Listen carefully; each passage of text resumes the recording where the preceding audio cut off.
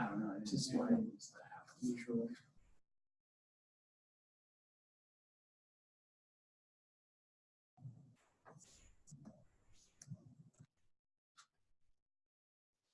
Greetings from the Lamont School of Music at the University of Denver. My name is Rachel Lim, and I'm the academic advisor for music majors here at Lamont. We also have with us today Professor Jack Scheinbaum, Associate Director for Academic Affairs, and Stephen Campbell, Lamont's Director of Admission. We're thrilled that you're with us today, either live in person or watching this recorded later on. If you do have questions, please hang on to those at the end. We're going to do mostly an overview of the materials that we distributed last week to incoming students who've already been admitted, and then we'll end up with some fun questions at the end. So this webinar is really intended for students who've already been admitted through our application and audition procedures for the Lamont School of Music. If you're watching this video and you have an interest in music but have not yet completed that process, please reach out to our Lamont enrollment specialist, Angela Mitchell. Angela's contact information is right there. She can help you navigate the process of completing an audition and any other steps needed so that you can figure out if music is a good fit for you and how we can get you plugged in for classes. Our webinar today will start by looking at the different categories of requirements. Those are a little bit different depending on what degree type and what major type you'll be pursuing. We'll look at the typical classes and credit hour loads that music majors often complete in fall quarter of year one. We'll zoom out just a little bit and see how those common curriculum courses map out over the first year. And then we'll get into the nitty-gritty of actually building what your schedule might look like for fall classes. Again, a lot of this information you might have foreshadowed through the kind of encyclopedia of information that I sent to you all last week on Wednesday. All of those handy-dandy PDFs of information are archived in the Lamont tab in Pioneer Web. So periodically throughout this presentation, anything that's in bold is a referral back to those documents within the Lamont tab. To get started, if you're pursuing the BA in music or a secondary major in music, that program requires a minimum of 183 total credits.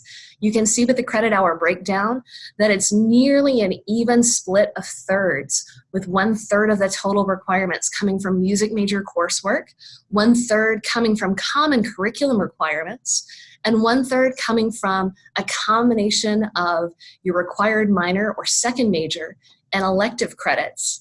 The exact number of credits there that you would do in electives varies depending on which minor or second major you would complete. And this will be something that we'll come back to every quarter when you and I meet in advising. We'll look at the long-term paths toward graduation. We'll look at ways to weave in those requirements along the way. If you're pursuing a Bachelor of Music program, that would be a major in composition, in jazz studies, in performance, or in recording and production, you'll complete at least 194 total credits before you graduate. While the BA or the secondary major students would be doing essentially even thirds of credit hours between music major coursework, common curriculum coursework, and electives or the required minor second major coursework. That's almost flipped for BM students. Essentially, music majors doing a BM program are doing 2/3 of their coursework within music major courses. And then you can see the breakdown of roughly 44 credits of common curriculum courses and either 18 to 22 credits of courses in electives. You can use those electives toward pursuing an optional minor. If that's something that you're interested in, hang on to that thought. We'll get into some of those particulars toward the end of our presentation today. So this is the big information. If you're doing one of these programs, you'll notice that there are a lot of classes that are similar or held in common. This chart shows how those credit hours break down for the classes that you would take in fall of your first year as an undergraduate student with a major in music. All first-time first-year undergrads will be pursuing their FSEM or their first-year seminar for 4 credits. You'll take lessons on your principal performance area or your instrument. That's whatever you auditioned on for acceptance to be a music major. BA students take 2-credit lessons, while BM students take 4-credit lessons. The difference is there, the BAs will be meeting once a week with their private instructor for 30-minute lessons, while BM students have hour-long lessons each week. The music theory and oral skills courses will add up to 4 credits for the fall quarter. And then there's an option to do something else. A lot of students will take the music course 1161, Theory at the Keyboard 1, which is a course to build on skills for piano proficiency, which we'll get to in a few slides. Or if they, say you're a piano student pursuing the BM in performance, you won't be taking those courses since you're already proficient at pianos through your audition. You'll have room to choose another common curriculum course, or we can look at options for you to fulfill music technology requirements. The ensemble breakdown is a little bit different depending on which degree program that you're in, and even a little bit depending on which instrument or performance area you're in. There's that asterisk in the column for performance students next to the 2. While most students will be taking 2 credits of ensembles in the fall quarter, performance students with voice as their instrument will sign up for opera for 0 credits in order to create credit hour space to take that wonderful International Phonetic Alphabet and Lyric Italian Diction course. That's a measure so that you won't be having to pay for extra tuition dollars for a 19th credit hour. And we'll do some credit hour voodoo toward the end to make sure that things all work out in the long run. There are a few other classes that students will take along the way. Composition students, you'll be taking that MUAC 3124 course, which is Composition Seminar. And recording and production students, you will take MUAC 2067, which is an audio practicum course. So overall, it's very common for music students to either be taking 15 or 18 credit hours, but please know that there is some wiggle room. If you are concerned about starting off with that heavy course load in your very first quarter, you and I can exchange some emails, set up time to talk by phone or Skype, FaceTime, Zoom, whatever the case may be over the summer, to look at ways to customize your fall classes. Please note, though, that we do recommend that students start with a little bit of a heavier course load in years 1 and 2, because then they'll have more flexibility going into years 3 and 4 when they're doing more advanced coursework within the major, when they're preparing for recitals and other kinds of culminating activities for their degrees. So in year 1, unlike most other students at the university, many music majors are only pursuing 1 common curriculum course or 1 course outside of music each quarter. Nearly every student will take this broken down with the FSIM in the fall, the writing 1122 in winter, and writing 1133 in spring. If you have AP or IB credits, that might be a little bit different, but that is a very common, very typical progression for students. Please don't be concerned if you're not taking a math class right away in your first year. A lot of music students end up taking their common curriculum or their non-music requirements just 1 course at a time throughout the rest of their studies at DU. So going back to the specifics of those courses that we briefly touched on earlier, this is a reminder of how applied lessons work. Remember, when you're looking at the schedule of classes and picking your section for your lessons, you'll want to look for your specific studio professor's section of those lessons. If you missed who you'll be studying with for lessons, please just email me. I included that in the June 5th email with all the links to the attachments now in the Lamont tab, but if that slipped your mind or if it got caught in spam, just let me know. You'll also notice when you're looking at a schedule of classes, you'll see a variety of meeting times. The course schedule will include a reference to a TBA meeting time, which will be the individual time you schedule with your professor for your lessons each week.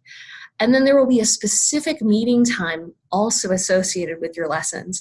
Those are what we call performance classes, or weekly meetings for you to have opportunities to perform for one another and get feedback, to discuss professional development and issues within the field of your specific instrument or your broader department, maybe opportunities to have master classes and work with guest artists and things like that. So music theory and aural skills are wonderful courses that really give you a solid foundation for your studies in music. All music majors complete a minimum of 24 credits, which typically is 2 years of sequenced coursework completed in a very specific order. Those classes typically are only taught in fall or winter or spring terms, and each one builds upon the previous course. If you're a jazz student pursuing the BA in music, pursuing the BM in jazz studies, or pursuing the BM in recording and production, you'll be signing up for MUAC 1013. Jazz theory and aural skills puts those two different topics together in one 4-credit-hour course, and that meets every quarter, Tuesdays and Thursdays, from 10 to 11:50. If you're a classical student pursuing the BA in music, pursuing the BM in composition, pursuing the BM in performance, or pursuing the BM in recording and production, you'll take 2 separate courses. One is MUAC 1001 Music Theory 1 for 2 credits, and the other is MUAC 1020 Aural Skills 1 for 2 credits. You'll have a choice. Would you rather start with music theory or aural skills first thing Tuesday, Thursday at 10 o'clock? And your other course will be Tuesday, Thursday, 11 to 11:50. If you've taken previous courses in music theory and aural skills as a classical student, things like AP theory or an IB music class or dual enrollment courses, or maybe you've had a wonderful piano instructor who's taught you a lot of music theory along the way, please be sure that you've checked out that Section 3 information for incoming students that's archived in the Lamont tab in Pioneer Web. There's an optional placement for students who want to be upgraded into a higher level of courses for the fall quarter. That could be something that results in you starting in winter quarter of music theory and aural skills instead, and having room to choose another 4-credit class for the fall. Or it could even mean, depending on your background, that you might even start in the sophomore level courses instead, which meet Tuesdays and Thursdays, 8 a.m. to 9:50. Please note that if you are approved to start your courses in a higher level of theory and aural skills as a classical student, that will not necessarily give you actual credit for those courses. A placement does not equal real credit. It's just an opportunity for you to start at courses that are better matched to your background and your skills so that it's more paced with what you're hoping to do. And then later on, you'll have the opportunity to do some more advanced coursework to finish out the 24 credit minimum. If you're a jazz student and you've completed some previous coursework in jazz theory and aural skills, the way that that will work is that everybody still takes that fall quarter of MUAC 1013, and then during the fall quarter, the instructors will take a look at your work, kind of figure out how things are mapping out specifically in the world of jazz theory, and they'll figure out if you might be able to take that upgrade into sophomore level courses starting in winter quarter. If you have a question about any of that information, please send me an email or hang on to that question till the end of the presentation, and we'll talk more then. If you are not pursuing piano as your principal performance area or your instrument, if that wasn't what you auditioned on for acceptance to DU as a music major, you'll be doing some sort of piano proficiency work throughout your time at DU. We've really tried to put that in the first 2 years because the music students find that the work you're doing in understanding scales, doing some accompanying, doing some transposition, that really reinforces well the topics pursued in music theory and aural skills coursework. There are lots of different ways to complete piano proficiency requirements. For some of you who have a wonderful extensive background in piano, you might just take the piano proficiency exam on your own with Dr. Kingsland and be able to complete that entire requirement from the beginning. If you haven't taken piano before, we strongly encourage you to start with MUAC 1161 Theory at the Keyboard 1 in fall quarter.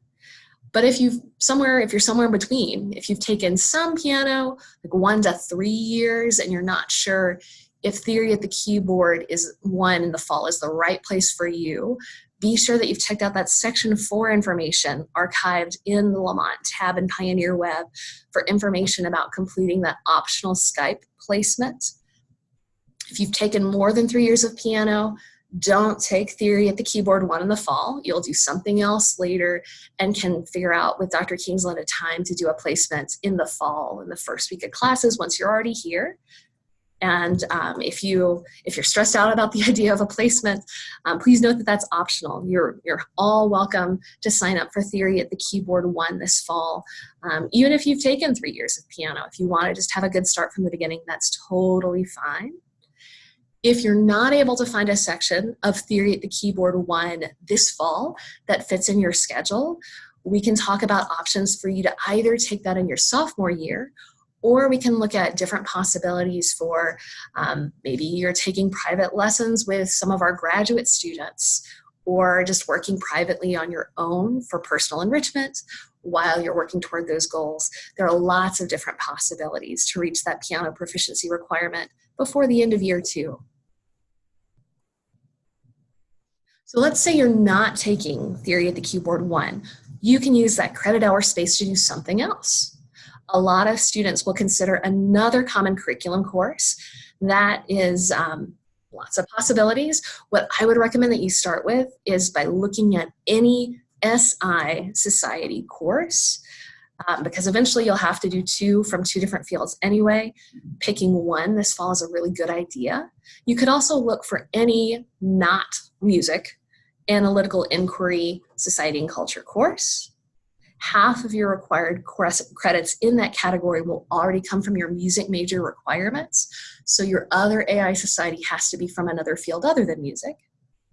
And then another option would be for you to choose either a language to begin or SI natural courses to begin. Now this is a little bit different from the information that you all saw in the June 5th webinar, so hang on. If you're a BA student, that June 5th webinar is absolutely perfect for you. You will be required as a BA in music student to do the Proficiency Plus requirements for your language requirements, as well as a full year of SI Natural coursework in the same sequence. But if you're a BM student, you get a little bit of choice here. You have 8 credits of either the same language, any level. It could be 1001, 1002 of Spanish. It could be 2001 and 2002 of German. It could be lots of things. Or 8 credits from the same SI natural sequence. So you don't have to do both. You can choose one or the other. And depending on what you decide to do, there might be courses that you would take this fall, or that might be something to save for a later quarter. Another option, if you're not doing Theory at the Keyboard 1, you would have space to take Music Technology, which is 4 credit hours and is offered every quarter.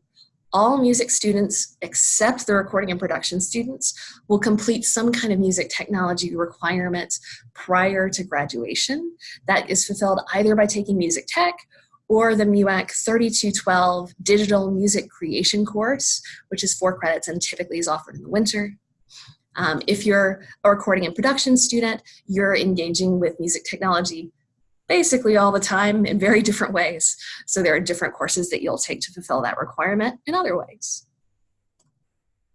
So Ensembles, one of the many things sent to you last week and now archived in the Lamont tab in Pioneer Web is that Section 5 information related to specific ensemble audition procedures for the fall quarter.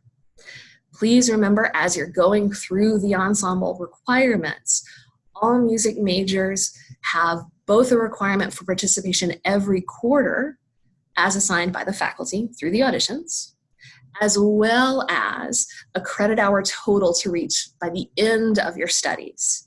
So let's say hypothetically, you're a BA in music student and you want to do every ensemble, and you end up doing 3 ensembles for 1 credit each every quarter in your first year. You do that again in sophomore year fall, By that point, you would already have 12 actual credits of ensembles, but that doesn't mean you just stop playing in ensembles. Obviously, you'll still keep going every quarter. That's why it's a both and requirement for participation each quarter as assigned by the faculty, as well as earning that minimum 12 credits or 24 credits from ensembles if you're doing jazz studies or performance. The auditions start at the fall quarter. Some groups have new auditions every quarter. So once you're here and have your feet on the ground, we will help connect you with those faculty to figure out when you'll need to re-audition from time to time. And now the fun begins. So as you're trying to figure out how all of this comes together into exact meeting times, if you're in a browser or haven't already downloaded this, in the Lamont tab in Pioneer Web, check out that Section 2 PDF. You'll want to be sure that you're opening that within Adobe Reader rather than in Preview or a web browser or something else to be able to use the full functionality of that form. I'm going to tab over, to that. Hang on. Here we are. So the third page of the form is where you get to do some fun that will really show you how all of this comes together in real time. So by answering these 4 questions, you can see blocks of times that you should keep free as you're choosing your FSIM, as you're choosing maybe which section of Theory at the Keyboard 1 to pursue, as you're choosing a non-music class. So let's say you're a BA whose instrument is jazz bass, and you don't have previous study in music theory and aural skills, but let's say you've completed more than 3 years of piano. So in real time, this chart will show you times you should avoid as you're planning your schedule. So as you're picking your FSIM, as you're picking sections of non-music classes and other things, make sure anything in yellow, you are not planning a class. Because so many of the jazz ensembles start rehearsing at noon and keep going throughout the day, it's important to block out basically the entire afternoon. Since we don't know which groups you'll be placed into yet, you'll register for those ensembles in the first week of classes once you have the audition results. One other thing, you'll notice this convocation holds. That is briefly referenced in the information archived in the Lamont tab. That is a school-wide meeting for all music students that happens on 3 specific Fridays in the quarter. Those dates are already in the Lamont tab, so you can plan ahead. So let's play this game again. We'll reset the form, and this time let's say that we are a composition student. Now this is a little different. You'll see this in just a sec. And what if we've taken classical theory before, but have no previous study in piano? Okay, here we are. Now the game has changed just a little. Notice here the different color coding things going on. You still want to be sure to avoid those yellow times, things like composition seminar, convocation, the regular first year quarter fall music theory and aural skills courses. But if you've taken theory before, you want to hold Tuesdays and Thursdays from 8 to 9:50 for possible Theory 2 and Aural Skills 2 courses. When it comes to that Theory of the Keyboard course, there are 2 options. One section of that course meets Mondays and Wednesdays, 10 o'clock to 10:50, as well as Fridays from 8 to 9:50. And the other section meets Tuesdays and Thursdays, 12 o'clock to 1:50. The only trick to keep in mind if you are a composition student is that you will still do an ensemble. So you might figure out what instrument you might play or what voice type you might sing in that ensemble to figure out how you can hold your schedule in the afternoon for ensembles. Say you play the oboe. And magically, now you see that you would want to be sure to keep times for the Lamont Symphony Orchestra and the Lamont Wind Ensemble free as well. So if you're a comp student, please be sure that you're toggling between using the comp thing and then figuring out what your other instrument might be for ensembles. Let's do one more. What if we are in performance and let's say we're a classical voice student with no previous classical theory and no previous study in piano. Okay, so voice students, you got a lot going on. This schedule is pretty action-packed, and you can see how the differences for theory at the keyboard options pop up. You wouldn't be able to choose that orange option, that Tuesday, Thursday, 12 o'clock to 1:50 meeting time for theory at the keyboard, because that conflicts with your required diction course. So if you need to do theory at the keyboard 1, it's important that you go with option 1, that green choice. That meets Mondays and Wednesdays 10 to 10:50, as well as Friday 8 to 9:50. There are many, many choir and opera opportunities in the ensembles, so there's a lot to kind of avoid in the afternoon. Pretty much across the board, music students are doing their academic classes in the mornings and then keeping any time after 12 free for potential ensembles. But this is really meant to help you forecast that so you can make the most of the options available to you. So please play around with that. If you have questions about the form or if something is not behaving itself, please email me. I'm happy to talk you through it or troubleshoot that with you as you're making your individual plans for the fall. So back to our regularly scheduled programming. Okay, so a few of you have already reached out to me about your interest in doing a double major or pursuing a minor in another field. Thank you so much for doing that, because that's a conversation that we'll want to have early. In nearly every case, that will be something that you will be totally fine starting after the fall quarter of your first year. But there are a few cases where we'll want to have an ongoing dialogue about things. If you have an interest in pursuing a double major between a music program and a business program, or music and engineering, we'll want to be in touch early and often, because there may be classes you need to go ahead and take in fall quarter for both of your programs. Please, as well as emailing me, be sure to schedule an appointment for the week of June 17th or later. There's this handy dandy button in the Lamont tab in Pioneer Web. That's also at the bottom of my email signature for any emails that you're getting from me. You can use that at any point to set up a time for us to talk. And if you want that to be a phone conversation, a Skype conversation, FaceTime, Zoom, whatever the case may be, just put that in the comments so that I know how I can reach you at that point. Okay, so now that I've bombarded you with a whole lot of information, there's a little bit of time for questions. Stephen's been keeping an eye on things, but if you have been holding a question and haven't yet chimed in, now is your time.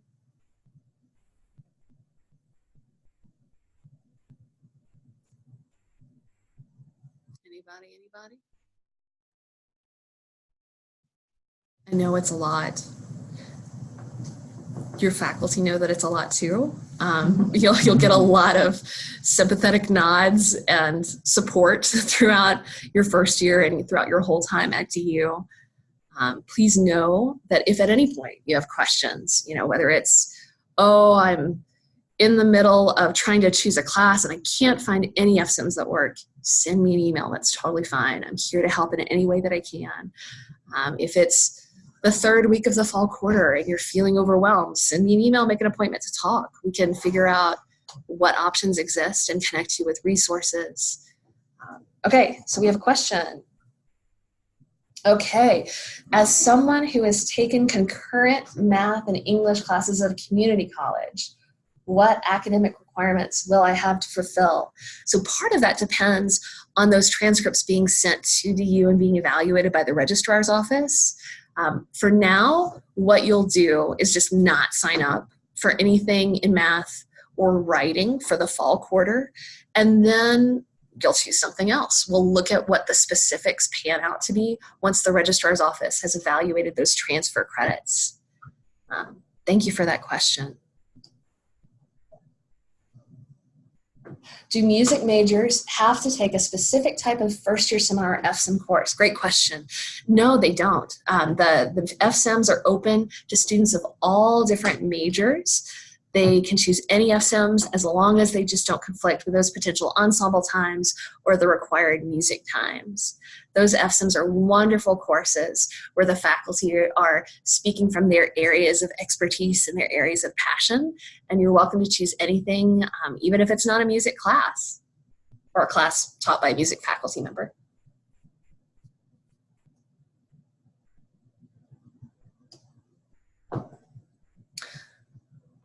So is it okay if I'm only taking 15 credits as a BA student? If you're concerned about taking fewer credits, that one is okay. We often have BAs who are taking 15 credits just because of the credit hour math of those 1 credit ensembles. That's perfectly fine. If you want to take some other electives, we can throw in a few extra classes here and there. There are wonderful lessons that our graduate teaching assistants offer for students on different performance areas. Say you're a viola major, but you always wanted to learn how to play piano, or if you wanted to take some lessons in voice, we can explore the options for incorporating those alongside your studies. When will ensemble audition materials be given out? So the information that's archived in the Lamont tab has some general starting points for that. If there's not information or specific details for your instrument, please use the contact information that's given for those ensemble conductors and reach out to them. If you have questions about a specific instrument requirements, say you're a cellist doing an audition for the Lamont Symphony Orchestra. If something doesn't make sense there, you might reach out to your applied professor directly to see if they have additional recommendations.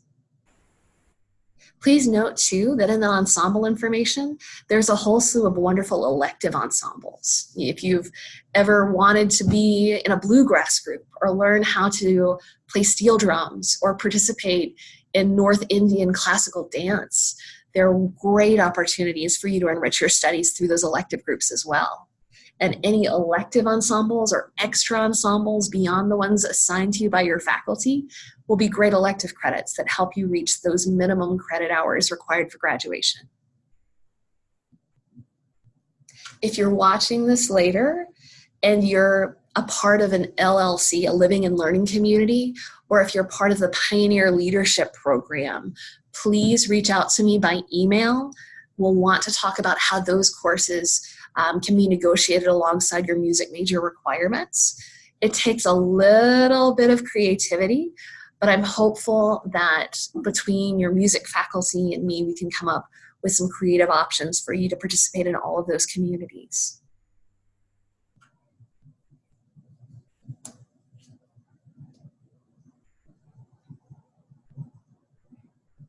Other questions?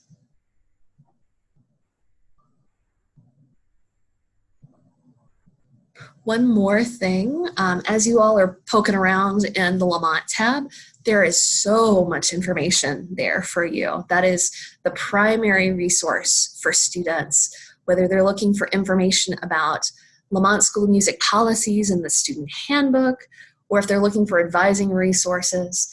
There is a whole treasure trove of documents to be found there. There are some long-term kinds of planning things that we'll come back to as you and I meet at advising every quarter. But if you want to take an earlier look, you'll notice that there are what we call status sheets. Those are printer-friendly one-page summaries of the program requirements from the DU Bulletin. They're a little bit easier to digest there than online. And then you'll also notice something called flight plans. The flight plans are sample quarter by quarter breakdowns of what courses you might take while you're plotting your overall path toward graduation. Every quarter when you and I meet, we will come back to that flight plan. I will customize your own personal flight plan based on dual enrollment classes, AP credits, the courses you've completed already, future plans, all that kind of stuff.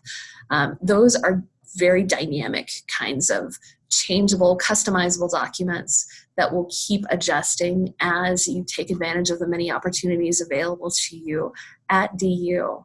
So those are there. We'll talk about them a whole lot. Also, any updates to information for incoming students will be archived in the Lamont tab as well in case you miss an email. I'll be emailing you as well every week with advising reminders throughout the fall quarter, the winter quarter, and the spring quarter. And those are always archived in the Lamont tab as well. Okay, are there opportunities to study another instrument on the side besides my main instrument of study? That's a fantastic question. We have a lot of students who want to pick up a new instrument, or maybe they're a classical student who wants to branch out and see about doing something in jazz. The faculty are super supportive of students pursuing every opportunity that's possible. Every now and then there might be a time conflict potential between your required ensembles for your main instrument and an elective ensemble on a second instrument, but that's something that we can absolutely look at. When you're in that PDF, let's go back to that. Yeah, just be sure to toggle between any other instrument. If you're thinking that you might want to do an ensemble in that instrument, say you're a bassoonist, definitely keep orchestra and wind ensemble times free as well as performance class. But let's say you are also a secret, what instrument do you want to, what if you play drum set too?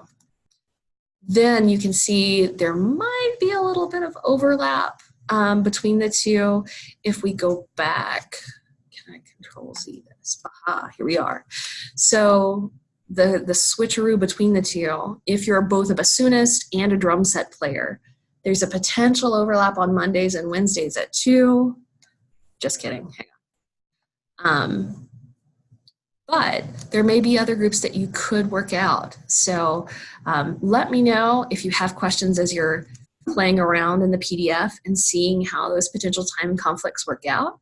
If you're interested in taking lessons for that kind of personal enrichment elective credit, then absolutely we can find ways to incorporate those in alongside your other courses. That might be something that you would need to do in a different quarter than the fall quarter, but we'll look at ways to make that happen at some point during your time at DU.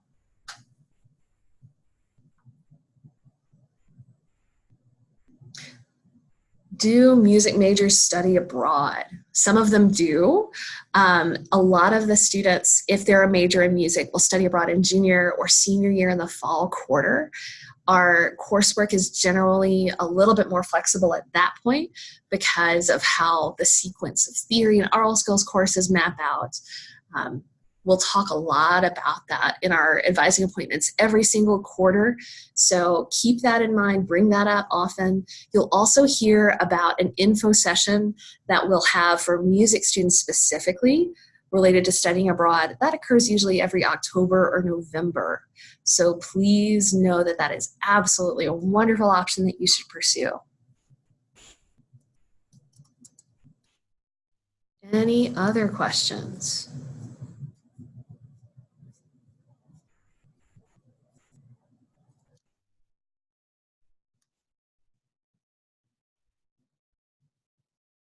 Okay, so if there are no more questions, we'll wrap up for now. If you have additional thoughts or concerns that you want to discuss, please reach out to me by phone or by email.